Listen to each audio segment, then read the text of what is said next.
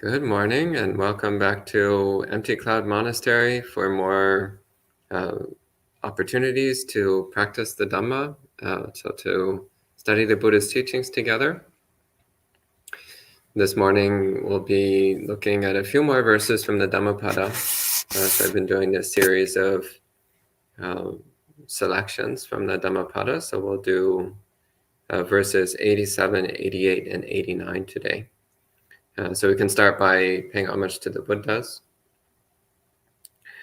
Namo tassa bhagavato arahato samma sambuddhassa. Namo tassa bhagavato arahato samma sambuddhassa. Namo tassa bhagavato arahato samma sambuddhassa. Buddhang dhammang sanghang namassami.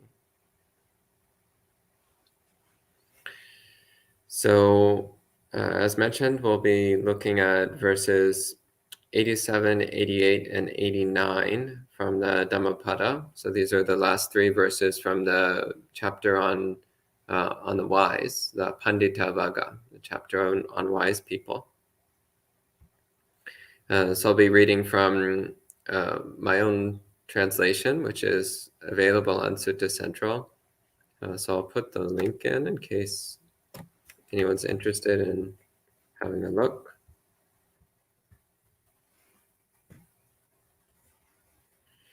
So the verse 87, 88, and 89, these are all connected. So I'll read all of them together and then I'll talk in some more detail about what it's referring to. And also, where relevant, I'll refer back to the Pali text. So starting with verse 87. So it says, abandon dark things and develop bright things. A wise person leaves home for homelessness and lives in seclusion, where it is difficult to find satisfaction. One who has nothing could hope to find satisfaction there after abandoning sensuality. A wise person would cleanse themselves of mental defilements. Those who have developed the factors of awakening correctly and thoroughly, who have taken up relinquishment, who appreciate non-grasping, and have eliminated their corruptions, such radiant beings have attained complete enlightenment in this world. So, as usual, a few short verses, but with a lot of content packed into them. So starting at the top here, so it says, abandon dark things and develop bright things. So in Pali, so dark things is kanhang dhammang. So kanha has the literal meaning of something that's black or dark, but it's more generally used to mean things that are unwholesome, things that are harmful or destructive. So when it says to abandon dark things, it's talking about letting go of one's unwholesome attachments, one's unwholesome activities, unwholesome habits. And also more generally speaking, like anything that we're holding on to, which is obstructive to our Dhamma practice, we should make an effort to let go of it. So sometimes it's objects or possessions that we have. Sometimes it's activities that we engage in. Sometimes it's ways of thinking, ways of speaking. So really carefully examining every single aspect of our life and asking ourselves, is this supportive to Dhamma or oppositional to Dhamma? And similarly, develop bright things. So the Pali word for bright is sukha, not to be confused with sukha. So sukha means pleasure or happiness, but sukha means white or bright. And again, this is used as a metaphor for wholesome things, for things that are connected with the Dhamma, things that support one's development of Dhamma. So what you generally call good karma, so actions that are pure and blameless and which cultivate wisdom and compassion. So this first statement is actually a very broad, general statement of Buddhist practice. So to abandon unwholesome things and to cultivate wholesome things. So in everything that we do, to always consider this basic principle. And next it says, a wise person leaves home for homelessness. So this takes a little more explanation. So usually when we talk about leaving home for homelessness, we're talking about entering monastic life. But when that's used, we would see, so for example, leaving home for homelessness, you would see the word anagarya. So anagarya means homelessness, having no home. But what we see here in the Pali is a little bit different. So we see oka anokang agamma. So oka it's more than just your house, but rather it's anywhere that you settle, anywhere that you rest the mind, any place that you designate as your home. So this is a bit different from, again, agara literally means your house. So an anagarika is someone who has no house.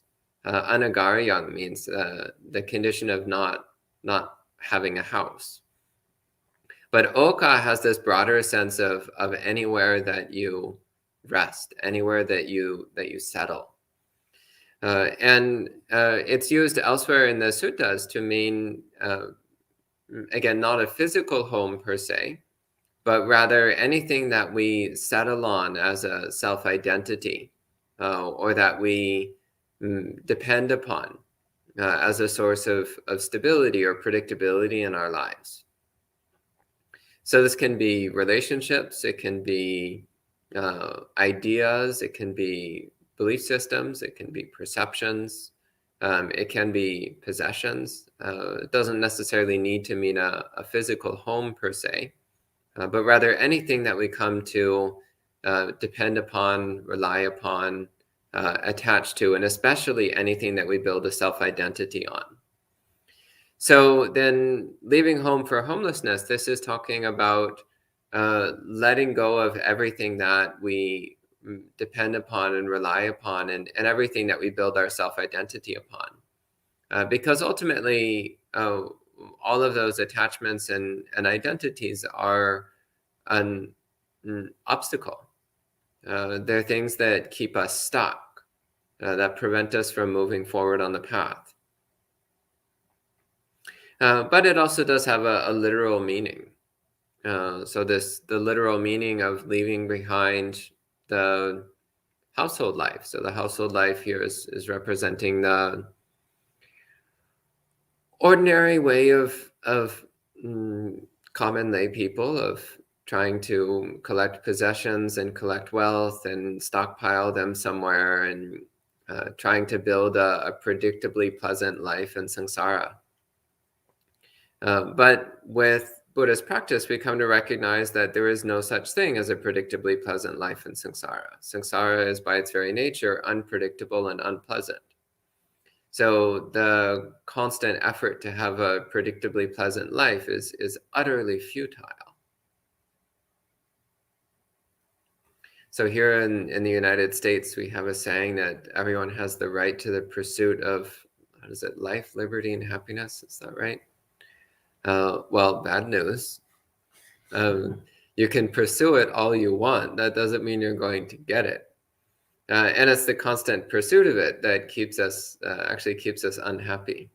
It's always trying to pursue happiness that prevents us from ever actually being happy. You'll get plenty of life, though. Life after life after life after life that you'll get. Liberty is going to be a bit hard to attain anytime soon, though, because we're imprisoned by our own defilements. We're imprisoned by our own craving, imprisoned by our own self-identity. So it says, a wise person leaves home for homelessness and lives in seclusion, where it is difficult to find satisfaction. So viveke yatta duramang. So viveke, literally it means alone. So eka means one, single, alone. So viveke means living alone, being by yourself. And it says where it's difficult to find satisfaction. And This is remarkably applicable to most people who either don't have a strong meditation practice or haven't well developed contentment and equanimity. The only real exceptions to this are some people who are naturally very introverted and like to be alone. There are a fair number of such people. But most people find it very difficult to be completely alone for long periods of time. Again, unless they've well trained their mind in the practices of equanimity, of contentment, of learning how to be happy with nothing, not needing anything at all in order to be happy. So not needing possessions to be happy, not needing relationships to be happy, not needing friends to be happy, not needing any kind of social contact. So through meditation practice, we're learning how to be completely happy without needing anything outside of ourselves, without needing any particular sensory stimuli, without needing any particular social contact, without needing any particular possessions or experiences.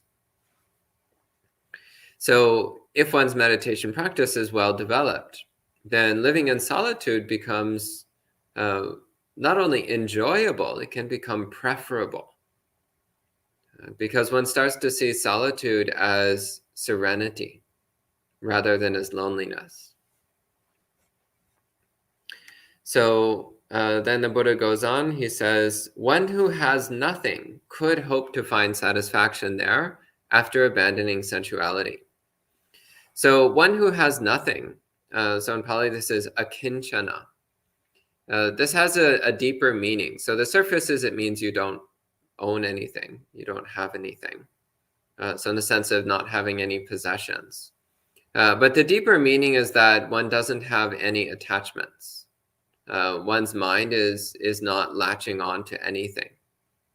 So when one's mind is not latching on to anything, then one can find satisfaction anywhere under any conditions. So not latching on to anything also means that whatever thoughts or emotions or impressions float through the mind, one doesn't latch on to any of that either. Again, whatever self-identities might seem to be present, one doesn't latch on to that. One recognizes them as conditional and impermanent and lets them slip away. So not making any effort to reify one's self-identity or one's personality view. And of course, if one wants to be completely content with nothing and no one, then it's of course required that one discard sensuality. One let go of the pursuit of any kind of sensual experience. And this comes naturally. As one's wisdom develops, one starts to recognize that sensual experiences, by their very nature, are unsatisfying. And that the endless pursuit of sensuality doesn't bring any true happiness. It just brings constant agitation and turmoil. Agitation and turmoil punctuated by some degree of pleasure, which is what keeps us going. So it keeps us pursuing sensuality, is that it does have some gratification. But as one's wisdom develops, one starts to see that the drawbacks of sensuality outweigh the gratification. That the serenity of mind which comes through non-attachment is much more sublime. It's much more pleasant than this tainted pleasure that comes through constantly pursuing sensual experiences. So the Buddha says a wise person would cleanse themselves of mental defilements.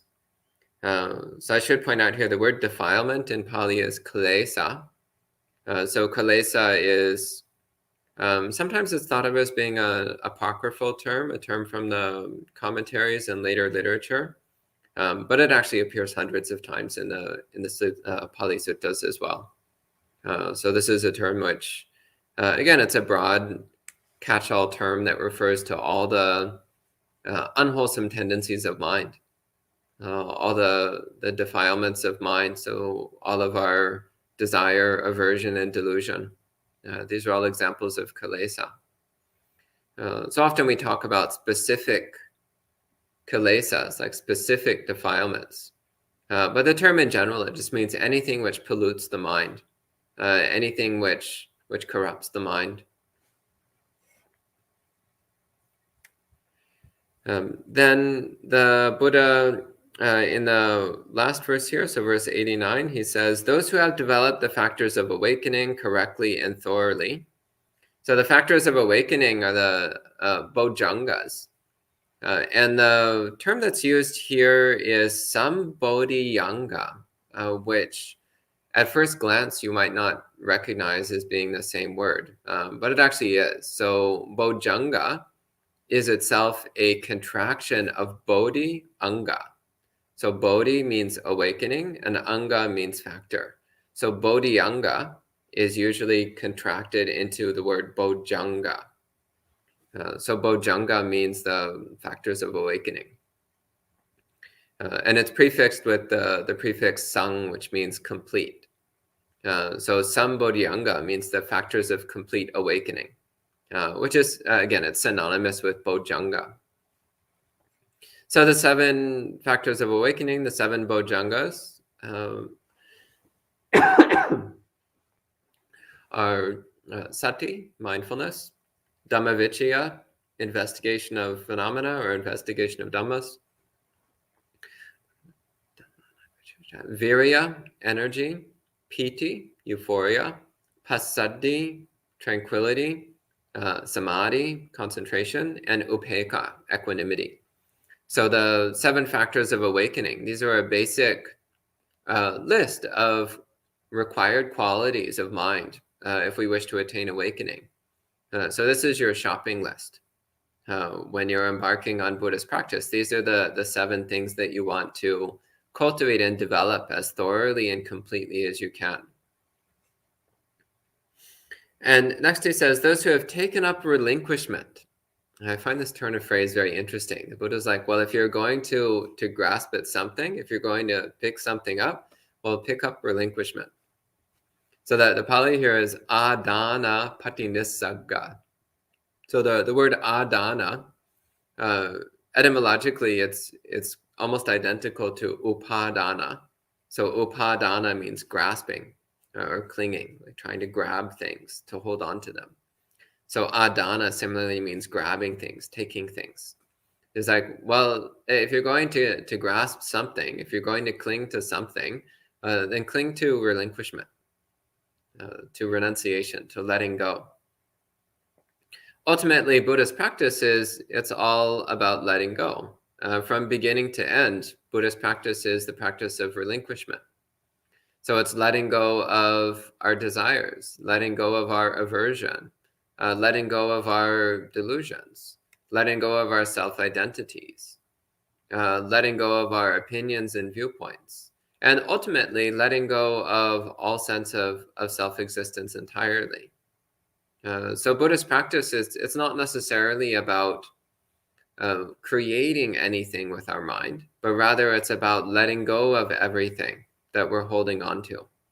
And when you let go of everything, then the true nature of reality becomes naturally apparent, because it's whatever's left. After you let go of everything, what's left? What's left is reality as it is on its own terms. It says, who have taken up relinquishment, who appreciate non-grasping. So anupadaya ye rata. So anupadaya, non-grasping. Those who appreciate non-grasping. So this is again, it's a difficult thing to do, because normally we fixate on the presumed pleasantness of whatever we're trying to grasp at. So we're always appreciating the minimal gratification that comes from grasping. But rather, a wise person learns how to appreciate the serene, sublime bliss of non-grasping. The mind which isn't trying to grab anything at all is in a very peaceful, delightful state of happiness, a state of undisturbable contentment.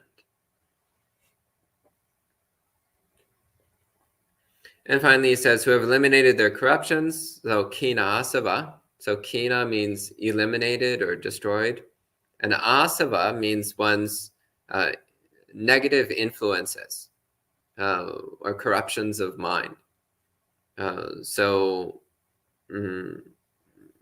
these are, again, similar to defilements. These are the underlying influences which taint the mind, which corrupt the mind, which pollute the mind. So the influence of sensuality, so kamasava, the influence of ignorance, of vijasava, the influence of wrong views, ditthasava. There's one more. What am I missing? Bhavasava. The tendency to want to be something, want to become something in particular, wanting to take on an identity of some sort. So a wise person eliminates those influences. So recognizing this urge, this impulse towards sensuality, the impulse towards self-identity, the impulse towards latching onto opinions and beliefs. And a wise person discards all of that, wipes that from their mind.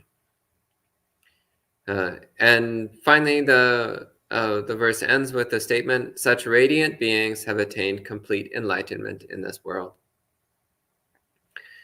So just making it clear that what the Buddha is describing here is the path to complete awakening. So the path of, so again, developing the factors of awakening and relinquishing and letting go of everything else. Naturally, this leads to full enlightenment. So that's the end of these Dhammapada verses. So at this time, we can pay respects to the suttas with 3 sadhus. Sadhu, sadhu, sadhu.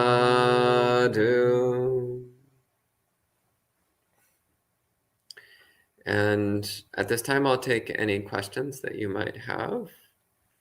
So first off, hello to everyone who's checking in. So hello to Jayanta, Yankee, Olga, Aurora, Gita, John, Sud, Michael, Raquel, Charles Lee, Venerable Uttama, hello Venerable, Che, so hello to all of you. And I see a couple questions. So Sud asks, is it okay to remember the 9 qualities of Buddha while in activity as a way to keep the mind in a wholesome state? Since I don't have a strong meditation practice, can this be a way to cleanse oneself? That is a good practice to do. When I was staying at Bhavana Society, at one point, one of the other monks asked Bhante Gunaratana, they asked him, how often should we be thinking about the Buddha? And Bhante replied, all the time. So yeah, it's always good to think about the Buddha. It's always good to call to mind the qualities of the Buddha. So at any time throughout the day, actually all the time, it's good to constantly think about the Buddha, reminding yourself of the wonderful qualities of the Buddha. And yeah, that does help to keep the mind in a wholesome state. And if you say you don't have a strong meditation practice, well, the most important thing is that you have a meditation practice and that you have a commitment to sticking with your meditation practice. So having a determination to do a certain amount of meditation regularly, preferably every day, and stick to it. So this is what builds strength in one's meditation practice, is persistence. If you just do a little bit once in a while, then your meditation practice will always be weak. But if you have a firm dedication to practice meditation every day for a set amount of time, then it will get stronger and stronger. It's just a matter of time. And also a matter of building up supporting factors in the rest of your life. So practicing morality in the rest of your life, practicing generosity, practicing renunciation, living a quiet, simple life. These are things which support meditation practice.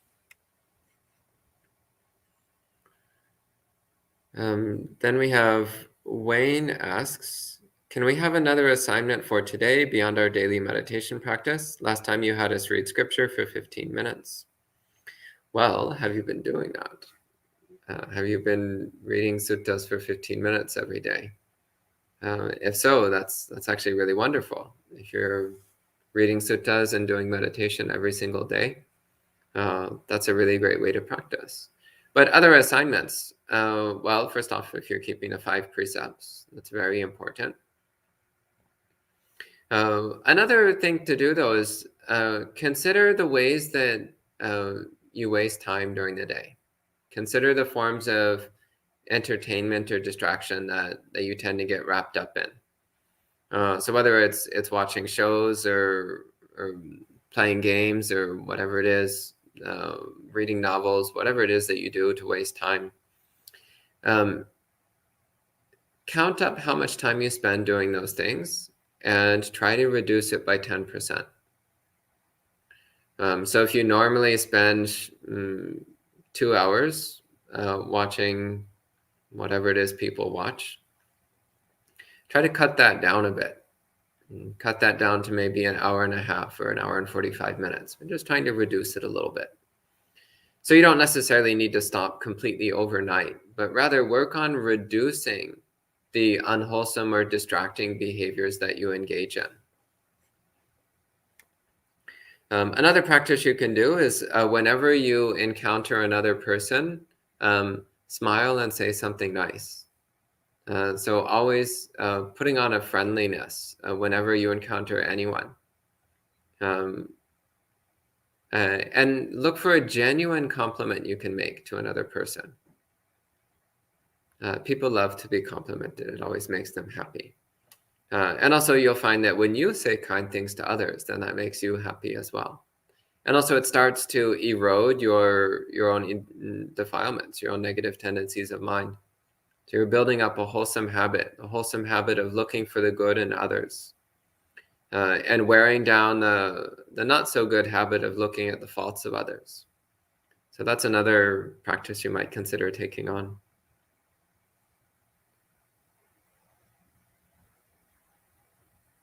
And Pawan asks, since I can't seem to be in deep samadhi in day-to-day activities and not let my mind wander, how do I know which thoughts I should let roam free in the mind and which I should not?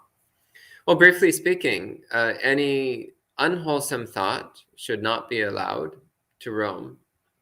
Wholesome thoughts are, of course, permitted, and neutral thoughts are not too bad. But definitely, if it's unwholesome, then you should make an effort to stop it immediately. So in Buddhist practice is not necessarily about stopping all thinking, though learning how to stop your thoughts is useful. But it's not necessarily about stopping all your thinking so much as about identifying what thoughts are wholesome and what thoughts are unwholesome, and working to build up wholesome thoughts and reduce unwholesome thoughts. So that's the practice, is to look at the thoughts that arise and evaluate whether they're wholesome or unwholesome. That's the last question from online. Anything from the residents? No? But I was just thinking to us about the drive for self-identification seems to be the strongest, and the others seem to follow it. I was wondering your thoughts about that, and then also what are your recommendations in working with when you have that like the mind has such a strong inclination towards self-identity. It feels like it's always wanting to identify that thought. Yeah, recommendation for that. Yeah, I mean, ultimately, the drive for self-identity is the root defilement that everything else comes from. So that also means it's the most difficult to get at. So often we start by working with some of its more blatant manifestations. So when the mind starts to form any kind of I am this or I am that, so any kind of specific self-identity. Mm. So you start thinking I am smart or I am stupid, I am clever, I am foolish. Like we start to form these ideas about ourselves. So recognize that that's all they are. They're just ideas. Mm. They don't have any genuine reality to them. And also when you start thinking, well, I want to be such and such, I want to become such and such. Well, again, look more closely. What is that? What's going on there? And piece it apart. Is there something wholesome there? So something like, I want to be a good monk. Mm. Well, there's something wholesome there, that's for sure. But also dig a bit deeper. Why? Why do you want to be a good monk? What does that actually mean to you? What's the motives there? And often you'll find that there's a mixture of wholesome and unwholesome motives. And always what we try to do is we try to piece those apart and to preserve the wholesome while discarding the unwholesome. Okay? Thank you. Yeah. And it looks like that's the last question. So we'll go ahead and end the session for this morning with 3 sadhus. Sadhu, sadhu, sadhu.